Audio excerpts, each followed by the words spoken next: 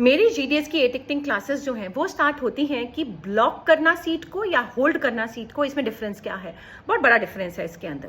देखिए अभी मैंने क्या किया है, मैंने अभी सीट को ब्लॉक किया है।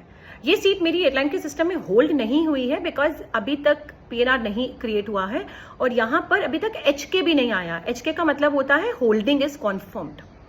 अब मैंने पीएनआर क्रिएट कर दिया है, इसका मतलब मेरे जो सीट है वो होल्ड हो गई है। अब एयरलाइन के सिस्टम में ये सीट रिफ्लेक्ट करेगी, तभी यहां पर एचके लिखा हुआ आ रहा है।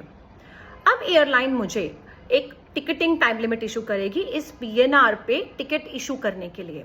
बट क्या ब्लॉक की भी कोई लिमिट होती है? जो मैंने फर्स्ट स्टेप किया मैं उस पर वापस आ जाती हूँ।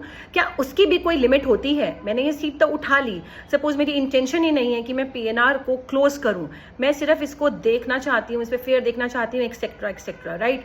सो ये जो आपने पीएनआर को ब्लॉक किया, अभी पूरा कंप्लीट नहीं किया इस प्रोसीजर को, इस जो ब्लॉक की जो टाइम लिमिट होती है वो एयरलाइन चेंज करती रहती है।